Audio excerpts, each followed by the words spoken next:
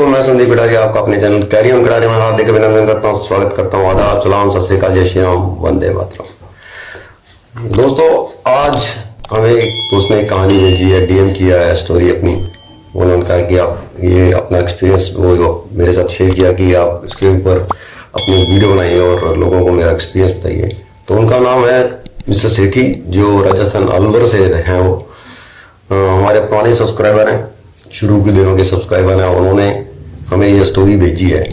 उन्होंने कहा कि हमारा एक पुश्तैनी घर है जो पूर्वजों की हमारी संपत्ति है, हमने उनको संभाल के रखा हुआ है और उसमें हम कभी आते जाते नहीं हैं, कभी कभार आते जाते हैं और वहाँ पे थोड़ा सा रह के और वहाँ पे आ जाते हैं। खेतों के बीचों बीच वो घर है, वो संपत्ति है, वो जो उनकी हवेली है।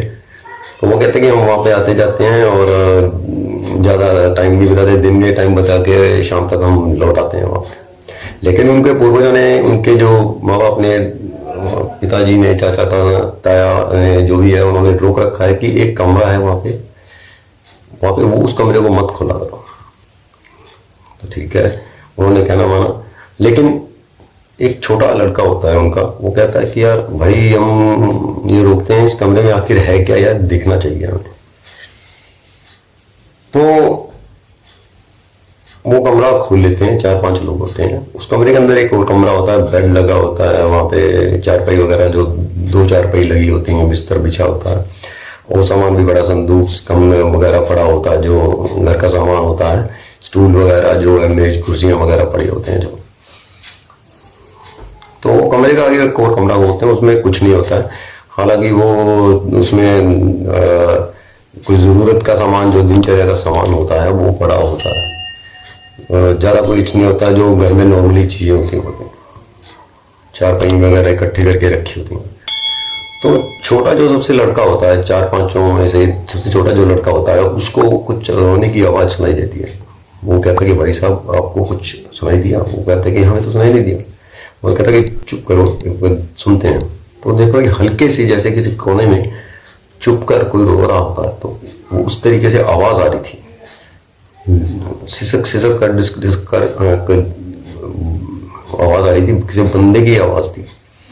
वो उस आवाज की तरफ जाते हैं, वहां से एक बाथरूम होता है, उस दूसरे कमरे के अंदर एक और बाथरूम बना होता है, जैसे अटैच बाथरूम होता है, उसके अंदर बाथरूम बना होता है। तो बाथरूम में घुसते हैं तो वहां पे उनको आवाज बाहर तरीके से सुनाई देती है और वो बाहर भागते हैं। जब बाहर भागते हैं तो वो कमरा बंद करके, आराम से करके, वो वहां से गाड़ी पे चढ़ के आराम से आ जाते हैं घर में। तो जो उनकी सभी की थी, सभी को कोई होश नहीं रहता है। घर में क्या होता है, क्या है, जब घर में तो पहुंच जाते हैं, कैसे ना कैसे करा के घर पहुंच जाते हैं वो, लेकिन उनको होश नहीं होता है कि आखिर हो क्या रहा है। और सुध बुध खत्म हो जाती है, गुम हो जाती है, जैसे बेहाल बेहोश और हंसते रहते हैं, जो वैसे बातें करते रहते हैं, जैसे मतलब बिन सिर पैर की बातें करते रहते हैं। तो उन्होंने कहा, वहां पे एक और बात बता दूं, वहां हवेली में एक नौकर रहता था, एक और नौकर उनको संभाल के लिए रखा हुआ था वहां पे। तो आगे सुध गुम हो जाती है, लोगों से, अपने घर वालों से अचानक ऐसी और भी बेतुकी बातें करते रहते हैं। ये है, वो मर गया, दादा कैसा है, मैं निरंजन सिंह हूँ, मैं फलाना हूँ, मैं ढिमका हूँ, ये अपने अपना नाम और बता रहे थे। सुबह हंसने लग गए तो हंसते ही रहते हैं, खाना खाने लग गए तो खाना ही खाते रहते हैं। मतलब ऐसा अचानक हो गया जो कभी नहीं हुआ था घर में, वो चीजें होने लग गई। उनके माँ बाप को, लोगों को शक हो गई, आखिर ये इनके ये कर क्या रहे हैं, ये 4-5 जो भाई हैं, आपस में कर क्या रहे हैं, ये हो क्या रहा है। तो फिर वो जो उस हवेली की देखभाल करता रहता है, वो नौकर होता है, तो उनको वो बुलाते हैं, कहते भाई, ये जब से वो उस हवेली में से आए हैं यार, वो ये ऐसी ऐसी हरकतें कर रहे हैं, ये क्या हुआ है उनको, आखिर क्या हुआ है। उसने दरवाजा तो नहीं खोला था, वो उस कमरे में तो नहीं गए थे। तो उसने कहा, मालिक वो कमरे में गए थे, अचानक पता नहीं क्या हुआ, वो भागकर ताला वाला लगाकर निकल आए, उसके बाद ये चीजें हुई। तो ये इंसिडेंस हुआ उनके साथ और उनके माँ बाप ने फिर दिखाया किसी अच्छे से पंडित वगैरह को, जो हम होते हैं धार्मिक लोग एकदम मानते हैं, इन चीज़ों को मानते हैं, जो हमारे पितृ होते हैं जो उनको मानते हैं, तो वो उनके पास जाते हैं कि आखिर ये क्या हुआ है, जब से वो उस कमरे में से आए हैं तो ये चीज़ें हो जाती हैं। तो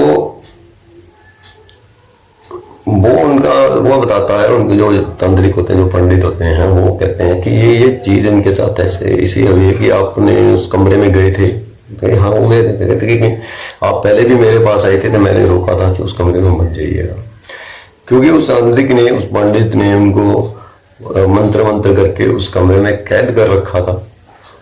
और उसमें क्या थी कि वो जो आत्मा थी, जो एक वो प्रेजेंस फील करा रही थी, वो जो उनके दादा थे उनके सबसे छोटे भाई थे, वो जिनकी वो सोल थी, जिनकी वो आत्मा थी। तो वो कह रहे कि ये दोनों भाइयों को आपस में प्रेम बहुत था, प्रेम मोहब्बत बहुत थी। और एक बात और वो बता रहे थे कि हमारा कारोबार दिनों में दिन गिरता चला जा रहा था, गिरता ही चला जा रहा था, गिरता ही चला जा रहा था। तो उन्होंने फिर उस पंडित जी से आप पूछा भी आखिर ये चीज़ क्या है, ये कैसे हो रहा है, क्यों हो रहा है।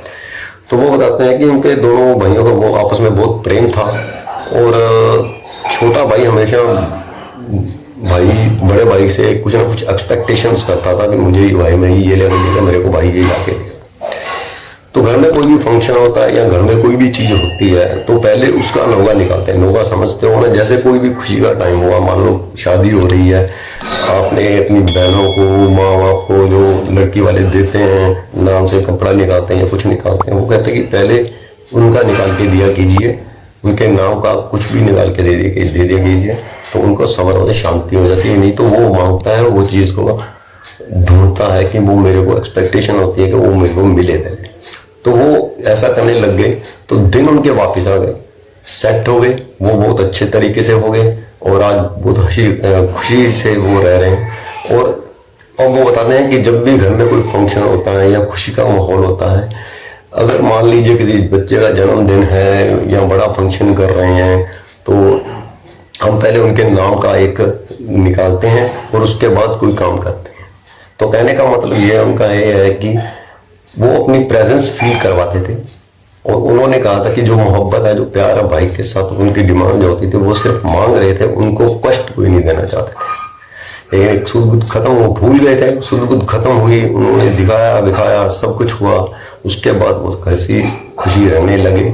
और आज उस बात को 10 से 12 साल हो चुके हैं। अब वो चीज़ क्या है कि वो जब भी घर में फंक्शन होता है तो वो चीज़ पहले अपनी चीज़ लेती है, मांगती है, खुद मांगती है, और उसके बाद आप चाहे कुछ भी मर्जी करो, घर में कोई तकलीफ नहीं आएगी, बिजनेस भी अच्छा चलने लग गया उनका, सब कुछ अच्छा चलने लगा। तो दोस्तों कैसी लगी ये स्टोरी आपको, हमें कमेंट करके बताना। तो ज़्यादा ना कहते हुए ये कहूँगा कि अगर अच्छी लगी तो स्टोरी को शेयर करना, वीडियो को शेयर करना, लाइक करना, कमेंट करना। तब तक के लिए आपका दोस्त संदीप खिलाड़ी आपसे इजाज़त देता है। जय श्री राम।